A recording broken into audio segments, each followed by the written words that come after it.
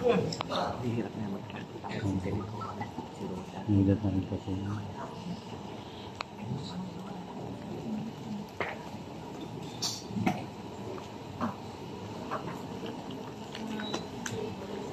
Magandang gabi po sa inyo lahat. Narito po ako para magsalita tungkol sa aking karanasan bilang isang katrabaho ni Nora Honor sa pelikula. Si Nora Honor ay naging kasama ko sa 6 na pelikula. Muling umawit ang puso, Bakit May Kahapon Pa, Flor Contemplasyon, Sibihi, Justisya, at isa pang bahaghari. Sa lahat ng pelikula ngayon, tinanghal siyang Best Actress o na-nominate bilang Best Actress o naging Best Picture at naging Best Director ako sa 6 na pelikula ngayon.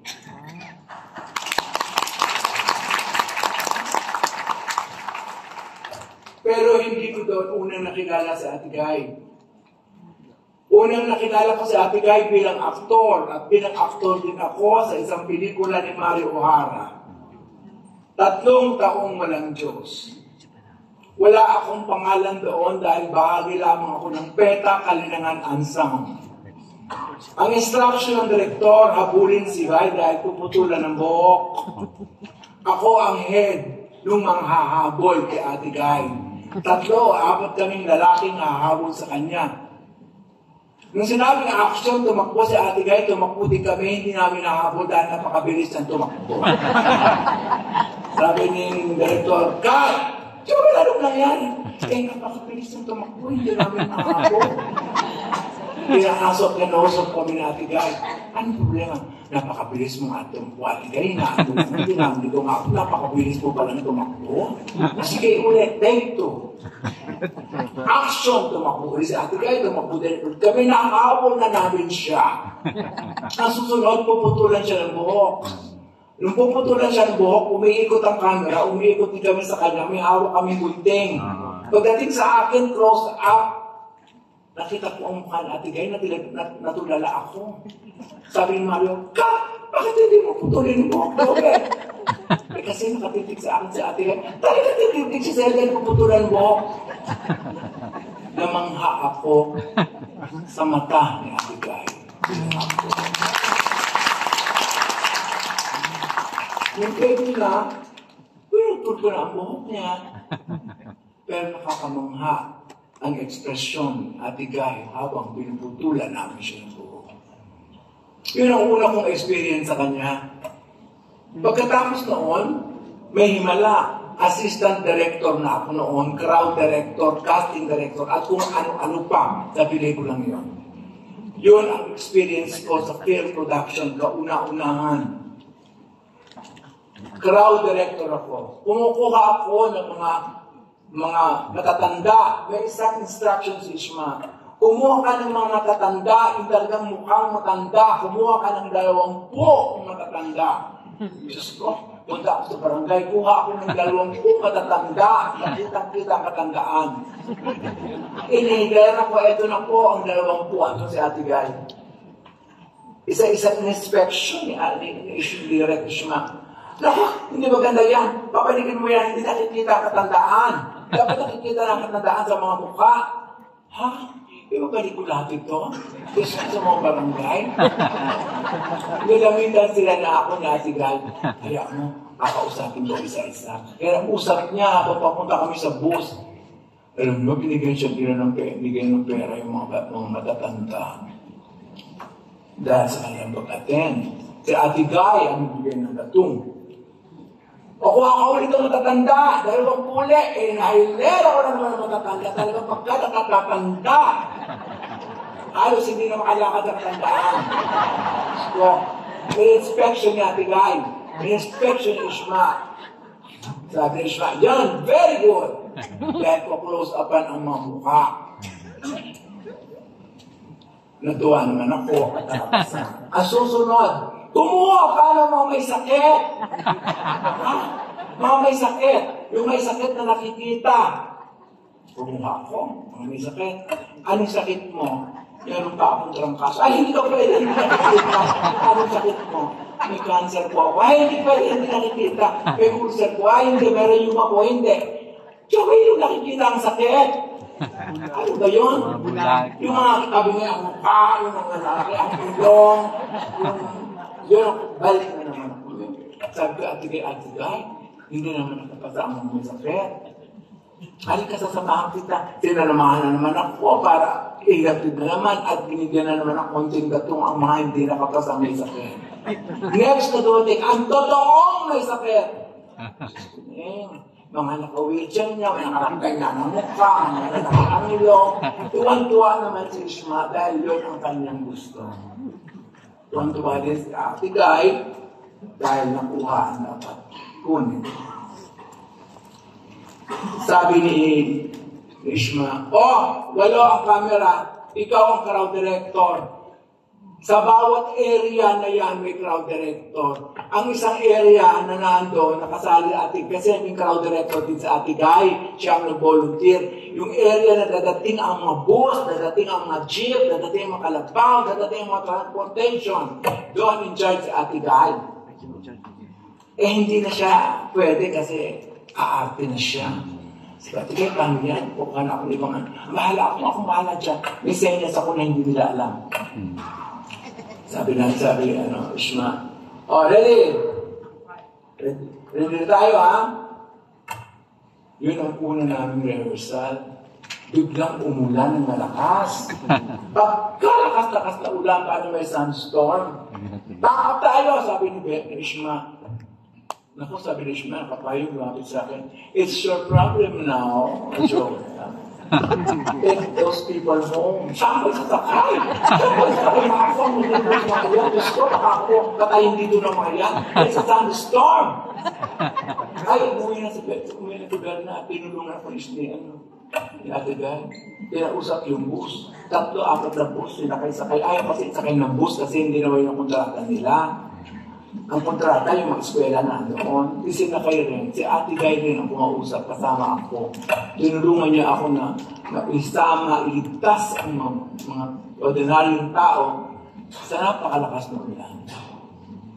Na-pack up. Inulit another day, gano'n na naman. Diba?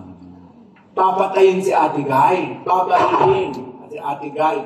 At sabi na, walang himala, babarilin na siya. Diba? Kaibigan ko yung stuntman na bumaril. Sabi ko, pag baril mo, magtago ka, baka mag-ating mga tao sa iyo. Yung action na, bang! Binaril na sa Ate Guy. Hindi siya nakatakbo, pinugbog siya. Naawa ko, ang pangalan noon, Monching Maglangit. Binugbog siya ng mga tao, sabi ko, ay, pagtago ka eh. Hindi siya nakatago, binugbog siya ng mga fans ni Ate Guy. Noong unang araw, datingan nilang lahat, nakaset up ng camera. Pagka ingay, Guy, sabi ng Mayokano, Guy. Sabi niya, yung crowd mo, pagka-ingay, hindi pwede na mag-shoot yung ganyan ka-ingay. Tinawagan ko ulit siya ng Ate Guy.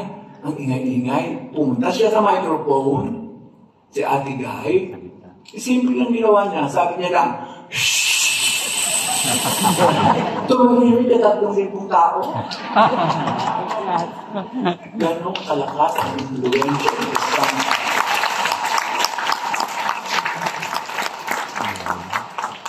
Sabi ni Ishma, kabila-bila si Joker.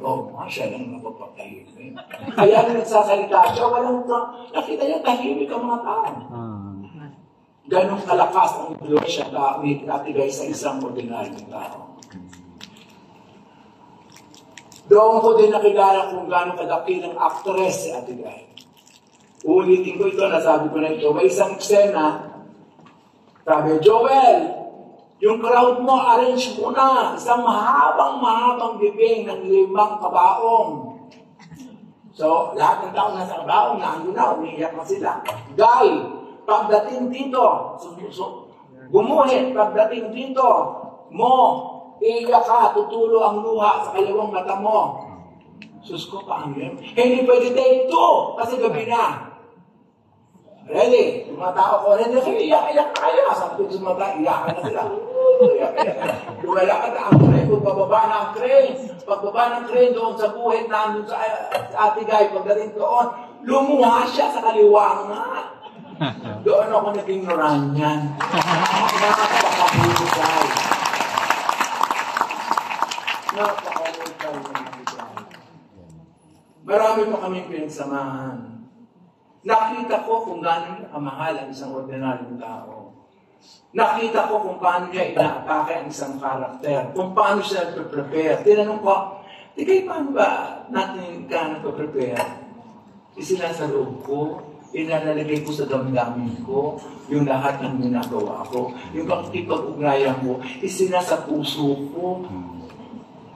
Kaya nagagawa ko, sabi niya. Wow, sabi ko, parang Stanislavski din yan, ginagawa mo, Ate Guy. Sino yun? Sabi ko. Hindi ko may papaliwanag kasi mahaba. Sabi ko sa kanya. Pero tama yung ginagawa mo. Sabi ko, Ate Guy, bakit masyadong malapit ka sa mga tao? Kasi galing din ako sa ganyan eh. Naging gansing hirap din nila ako. At alam ko kung paano sila. Alam ko kung bakit nandiyan sila para kubita lang naman. Kaya malapit ako sa kanila. Maraming pagkakataon na nakita ko ang kadakilaan niya. Nung matanda na, may edad na siya, ginagawa ko yung Nora Honor, Star Drama Presents Nora. Nagsusuto kami sa isang squatter. Matanda na siya. May sumigaw, Nora, laos ka na!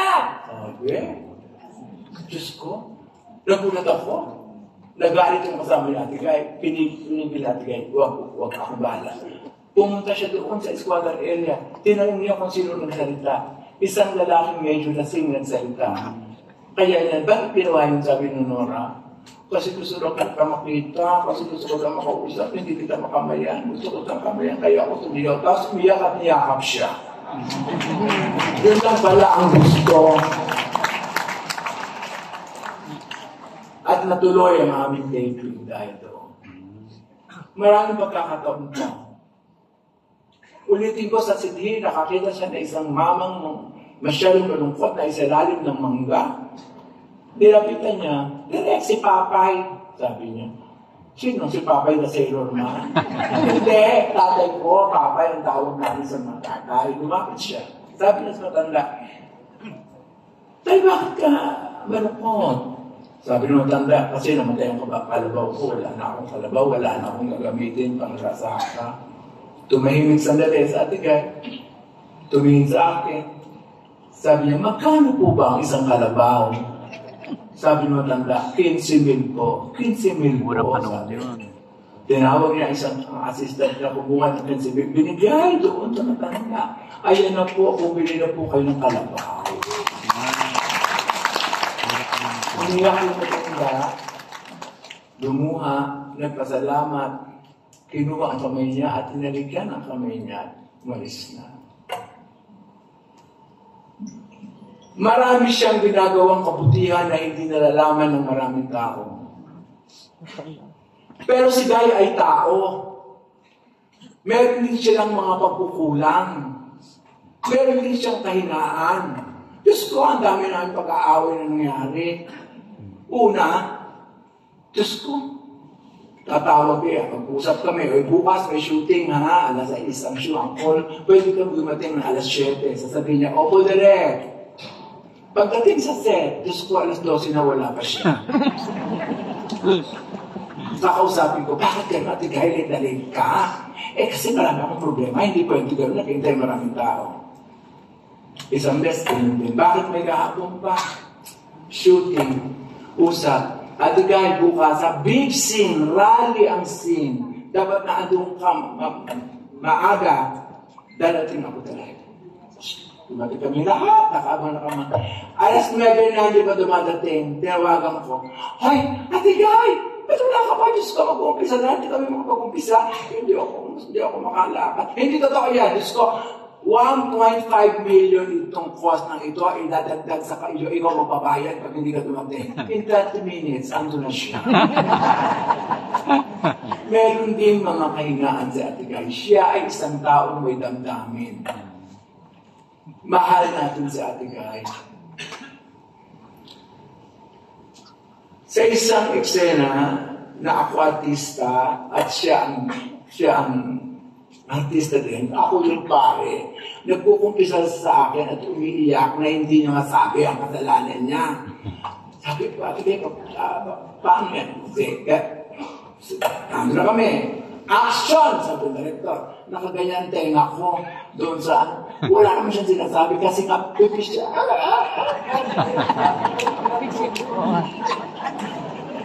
Sabi ng director.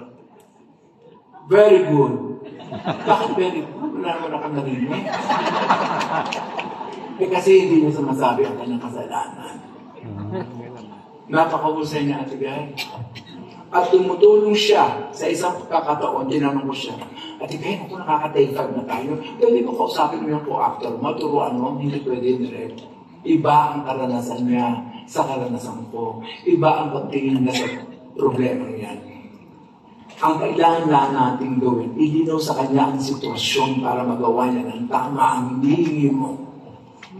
Yun ang ginawa ko, nililaw ko, ganito, experiment, hanggang nagawa nga. Naniniwala si Ate Guy sa kakayahan ng bawat isa. Naniniwala si Ate Guy na makakaya ng isang tao ang isang bagay kung malinaw sa kanya ang patutunguhan at kung sa paano ito gagawin. Sa usapang politika, naku, pabago-bago si Ate Guy. Pabago-bago. Pero isa lamang ang consistent sa kanya. Ang katumpakan ng pagmamahal sa mga nasa laylayan ng lipunan. Ang katumpakan ng pagmamahal at pag-aalala sa mga nasa laylayan ng lipunan. Pag meron akong pelikulang gagawin at sasabihin ko sa kanya, sasabihin niya muna sa akin, ano ba ang gusto nating sabihin sa pelikulang yan? Ano ba ang gusto nating linawin para sa manonood sa pelikulang yan? Sasabihin niya, ako bilang artista pelikulang yan, ako ang magiging instrumenta ng paglilinaw ng nais nating sabihin at iparating sa mga manonood. Lahat ng pelikulang ginawa ko ay may gustong sabihin na siya ang nagsasabi bilang actress sa manonood. Nililinaw niya ang politika ng pelikula. Ang politikang nakaugnay sa kagandahan at kabutihan ng masang Pilipino. Yun ang politika ni Ate Guy. Maraming pagkakataon na si Ate Guy ay hindi naiintindihan ng maraming tao. Bago siya naging national artist, marami siyang pinagdaanan. Hindi importante sa kanya ang kayamanan o pera. Kung kanyang genius ang pera, siya na pinakamayamang artista sa buong Pilipinas. Pero hindi. Ang pera sa kanya ay hindi dapat ni Diyos. Ito'y pinamimigay niya sa mga kinakailangan. Witness ako, gusto ko, ilang libong preso ako pinapila niya, binigyan ng pera at nagalit sa akin ng warden. Direk, baka tumakas sa mga yan. Pinurang ko tama na yun, baka tumakas. Sinabihan ko si Daddy Sir, nataka. Wala man tumakas.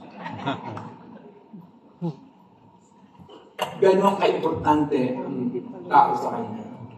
Sa mga crew, pagkatapos ng isang shooting, may pera, may parapol, may party after the shoot.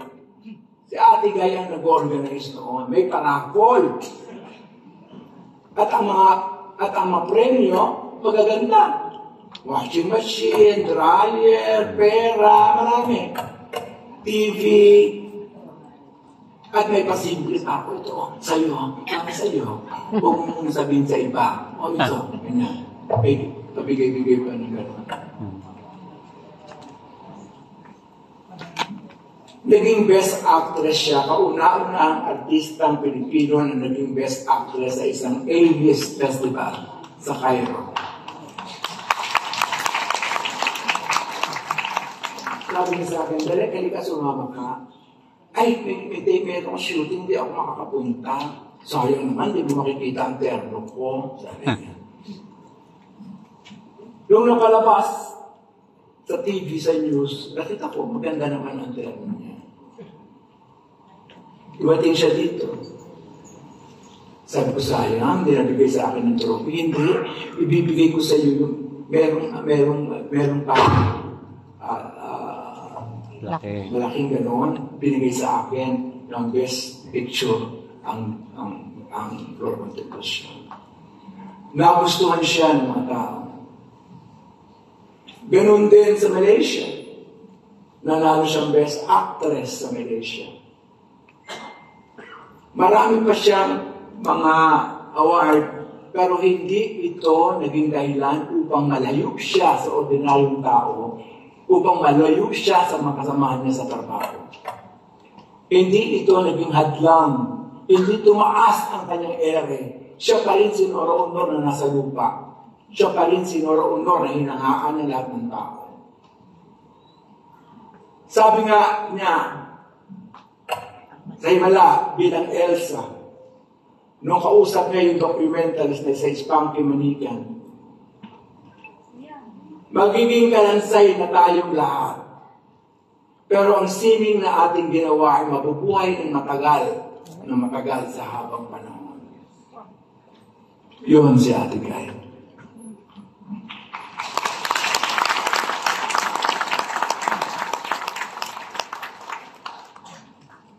Napakahirap na magsabi ng mga bagay-bagay na hindi mo nasabi nung siya'y buhay pa. Hindi ko man lang nasabi kay Ate Guy nung buhay siya na isa siya sa pinaka-importanteng tao sa akin. Dahil sa kanya, nabuo ang paniniwala ko na ang politika ay dapat talagang sumasanib, umuugnay, nakikinabang ng ordinaryong tao. Nabuo ang paniniwala ko na dapat isasabihin ang katotohanan dahil ang kanyang emosyon ay yun ang katotohanan ng kanyang nararamdaman. Ang katotohanan ay hindi dapat pagtakpan. Ang katotohanan ay dapat sabihin. Ang katotohanan ay dapat ipagtanggol. Yan ang sinasabi ni Nora Honor. Yan ang sinasabi ng acting ni Nora Honor. Lalo na sa politika ng ating bayan. Sa isang panahon na magulo, nakausap ko si Ate Guy. Sabi ko, Ate Guy, paano ba ito? Hindi ako kung saan talago, kung saan makikinabang ang ordinaryong tao, doon ako. Sabi ko. Hindi natakot si Ate Guy pumiling o kumampi. Hindi natakot na hindi magsalita. Sumasali sa rally kung kinakailangan. Lumalaban kung kinakailangan. Maraming producer nung bandang muli na ang hindi na naniniwala sa katanyagan ni Ate Guy na ayaw niya siyang isali sa mga pelikula. Dahil hindi na kumikita ng pelikula. Sabi ko, Ate Guy, mahirap. Hayaan mo sila. Gagawa tayo. At gumagawa siya. Kahit hindi sa mainstream producer. Gumagawa siya ng indie o independent. Tinutulungan niya ang independent films. Marami siyang ginawa nito. Hindi sa mainstream, kundi independent film. Naging reyes siya ng independent na pelikula. Bilang reaksyon sa mga ginagawa ng mainstream cinema na puro lamang pampatawa, pampaiyak, pampalibog ang ginagawa. Si Ate Guy ang magiging simbolo ng ating sining sa maraming panahon. May mga institusyon na hindi na kinikilala ang artistic expression ng pelikula. Ini-is out na ang pelikula sa kanilang programa. Nakakalungkot. Ito ay matanding dagok sa lahat ng gumagawa ng pelikula. Hindi dapat tingnan ang pelikula na isang maliit na bagay lamang. Ito'y malaking bagay dahil ito'y potent medium na naiintindihan ng ordinaryong tao. Ito ang pinaglalaban ni Nora Honor. Mahal ni Nora Honor ang pelikula. Kailangan mahalin din natin ang pelikula dahil ito'y mataas na artistic expression. Hindi ito isang maliit na bagay. Hindi lamang ito isang popular medium. Ito'y artistic expression ng bayan. Palakpan natin si Nora Honor.